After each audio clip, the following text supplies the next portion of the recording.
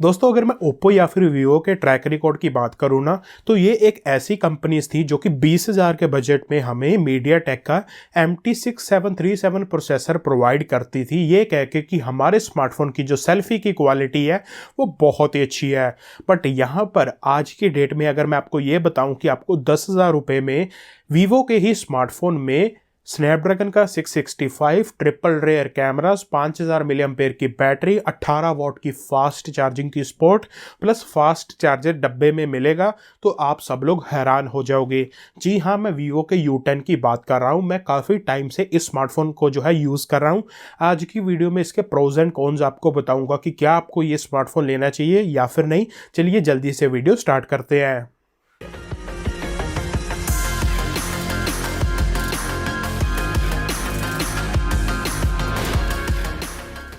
Guys ये जो review होगा ना बिल्कुल पॉइंट टू पॉइंट होगा, आपका बिल्कुल भी टाइम नहीं वेस्ट करूंगा, तो प्लीज़ आप इस रिव्यू को ध्यान से देखना। सबसे पहले मैं ऐसे रीज़न की बात करूंगा जो कि मेरे को वीवो के U10 में काफ़ी अच्छे लगे।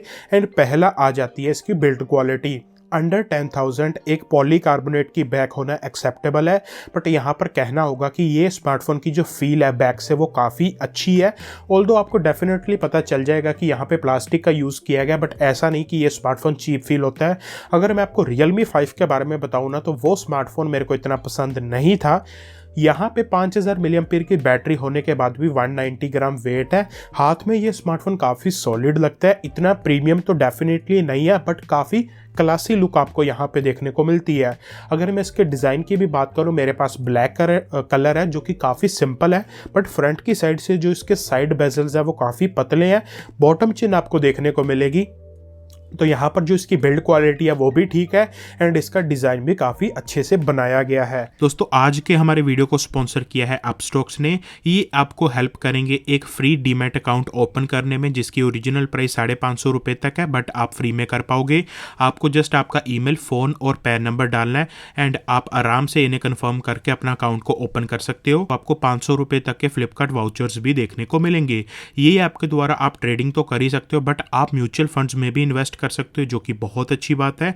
एंड अगर आपको स्टॉक मार्केट को लेकर कोई भी हेल्प चाहिए तो वो भी आपको प्रोवाइड की जाएगी, जिसकी ओरिजिनल कॉस्टिंग 28,000 रुपये तक है, बट आपको वो चीज़ें फ्री में मिलेंगी। ये ऐप जो है प्ले स्टोर पे काफ़ी हाईली रेटेड है एंड सबसे अच्छी बात है कि इसे जो है बैक किया है रतन टाटा ने, जो कि मेरे को बात बहुत ही पसंद है। तो जल्दी से आप डिस्क्रिप्शन बॉक्स में इनके बारे में ज़्यादा जान सकते हो, तो जाके चेकआउट कर लो। उसके बाद अगर गाइज मैं बात करूँ ना यहाँ पे डिस्प्ले की, तो 10,000 के बजट में डेफिनेटली आपको full HD plus panels available है। वीवो के U10 में आपको 6.35 इंच का HD प्लस डिस्प्ले देखने को मिलता है। यहाँ पर ये बात तो अच्छी है कि ये HD प्लस डिस्प्ले, बट इसकी क्वालिटी भी काफ़ी अच्छी है क्योंकि कलर जो है वो काफ़ी बढ़िया है, आपको कोई भी इशू नहीं आएगा। अगर आप सनलाइट में भी यूज़ करोगे तो काफ़ी ब्राइट ये पैनल है। वाइड वाइड लेवल L1 का सपोर्ट यहाँ पे दिया गया है, तो अगर आपने नेटफ्लिक्स, अमेजॉन प्राइम या फिर यूट्यूब देखना है, ओवरऑल आपका मल्टीमीडिया एक्सपीरियंस काफ़ी कमाल का होगा इस पर्टिकुलर स्मार्टफोन में। अगर मैं डिस्प्ले प्रोटेक्शन की बात करूँ तो गोरिल्ला ग्लास वगैरह तो यहाँ पे यूज़ नहीं है, बट हम ये अज्यूम कर रहे हैं कि जो वीवो यूजली यूज़ करता है ना शॉर्ट सेंसेशन वाला, उसी को यूज़ किया गया। तो अगर गोरिल्ला ग्लास वगैरह होता या फिर कुछ ऑफिशियल कन्फर्मेशन होती तो बहुत ही बढ़िया बात हो जानी थी। उसके बाद गाइज अगर मैं बात करूं इसके परफॉर्मेंस की, तो यहाँ पर ये स्मार्टफोन बहुत ही अच्छा है। स्नैपड्रैगन का 665 ये प्रोवाइड करता है आपको 3 या फिर 4 GB रैम ऑप्शंस के साथ में आपको डेडिकेटेड माइक्रो SD कार्ड की फंक्शनैलिटी भी देखने को मिलती है। अगर मैं इसके गेमिंग परफॉर्मेंस की बात करूं तो आपको पता ही है कि जो स्नैपड्रैगन का 665 है वो सबसे बेस्ट तो आजकल नहीं है, बट फिर भी इसकी gaming performance balanced graphic settings में काफ़ी अच्छी है। मैंने इसमें एसफाल्ट 8, एसफाल्ट 9, PUBG जैसे गेम्स खेले एंड मेरे को कोई भी इशू नहीं आया। मैं आई बटन में इसके गेमिंग रिव्यू का लिंक भी दे रहा हूँ, बट यहाँ पर अच्छी बात ये है कि इसमें कोई भी हीटिंग इशू नहीं है, आप हमारे गेमिंग रिव्यू में चेक कर सकते हैं। अगर मैं इसके यूजर इंटरफेस परफॉर्मेंस की बात करूं तो फन टच OS में आपको बहुत ही कमाल के फंक्शंस देखने को मिलते हैं। रैम मैनेजमेंट ठीक है, बहुत ही कमाल की कस्टमाइजेशंस हैं, बट उसके बाद जो इसका एक्सपीरियंस है वो तो मेरे को पसंद नहीं है। बट UI में जो परफॉर्मेंस है वो बहुत ही कमाल की है, काफ़ी स्मूथ एंड रिस्पॉन्सिव है ये पर्टिकुलर स्मार्टफोन। तो अब बात करते हैं इसके ट्रिपल रेयर कैमरास की। मेरे हिसाब से ये पॉइंट काफ़ी ज़्यादा इंटरेस्टिंग है। आपको यहाँ पे 13 मेगापिक्सल का मेन कैमरा देखने को मिलता है जो कि f2.2 के अपर्चर के साथ आता है। 8 मेगापिक्सल का अल्ट्रा वाइड है, 2 मेगापिक्सल का डेप्थ सेंसर है। अगर मैं इसकी डे लाइट परफॉर्मेंस की बात करूँ तो मैं बोलूँगा काफ़ी एक्सेप्टेबल या फिर काफ़ी अच्छी परफॉर्मेंस है। आपको कलर्स बहुत ही नेचुरल देखने को मिलेंगे, फोकसिंग काफ़ी अच्छी है। यहाँ पे जो इसकी डायनेमिक रेंज है वो भी ठीक है, कॉन्ट्रास्ट एंड सैचुरेशन बिल्कुल ही नेचुरल है, कोई भी इशू यहाँ पे नहीं है। तो अगर मैं ओवरऑल बताऊं ना, चाहे वो वाइड एंगल लेंस से हो चाहे वो नॉर्मल लेंस से हो, डे लाइट पे इस पर्टिकुलर कैमरा की परफॉर्मेंस काफ़ी बढ़िया है। वाइड एंगल लेंस के जो शॉट्स हैं वो हल्के से सॉफ्ट हैं, बट इस बजट में वो एक्सपेक्टेड ही है। बट जैसे ही मैं लो लाइट में मूव करता हूँ ना, तो ये स्मार्टफोन काफ़ी स्ट्रगल करता है क्योंकि यहाँ पे f2.2 का अपर्चर है, कोई स्पेशल सेंसर नहीं है। तो लो लाइट के बारे में हम कॉन्स सेक्शन में बात करेंगे।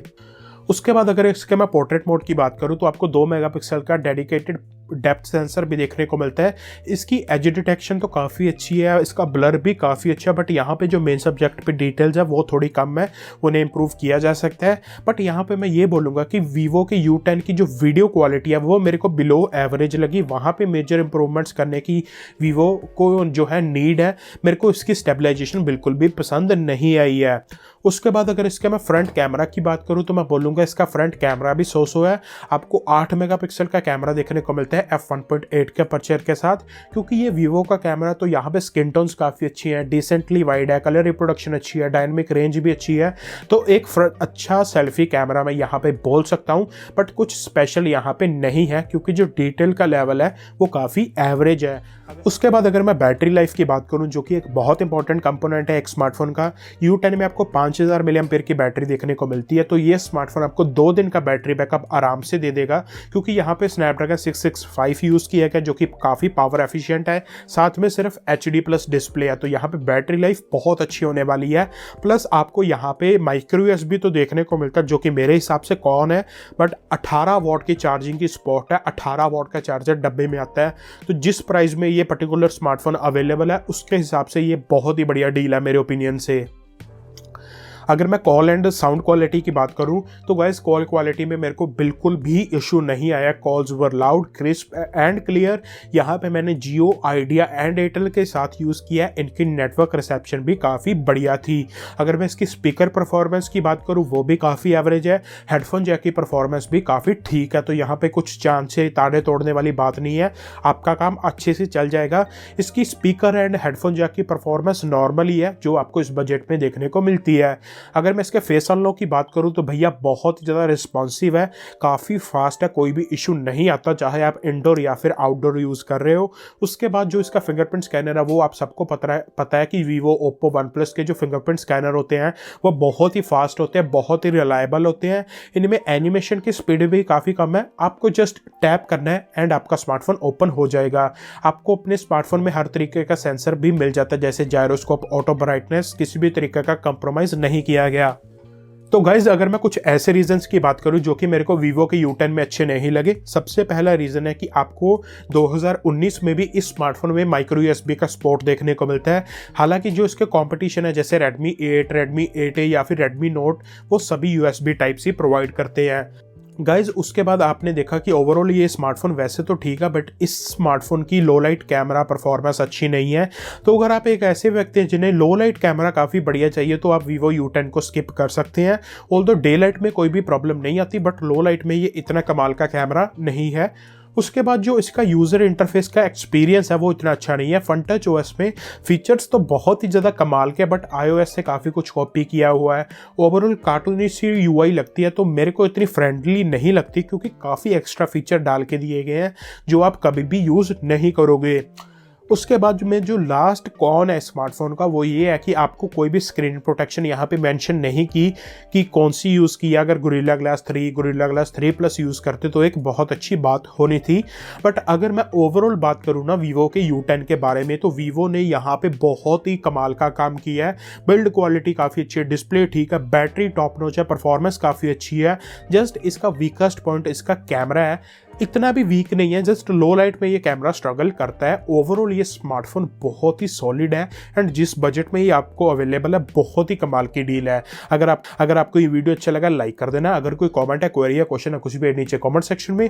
अगर आपको कोई आपने ये स्मार्टफोन खरीदना है तो हमारे लिंक से खरीदोगे, चैनल की हेल्प हो जाएगी। इस वाले वीडियो में केवल इतना ही था। देखते रहने के लिए धन्यवाद एंड मैं आपसे मिलता हूँ अगले ही वीडियो में।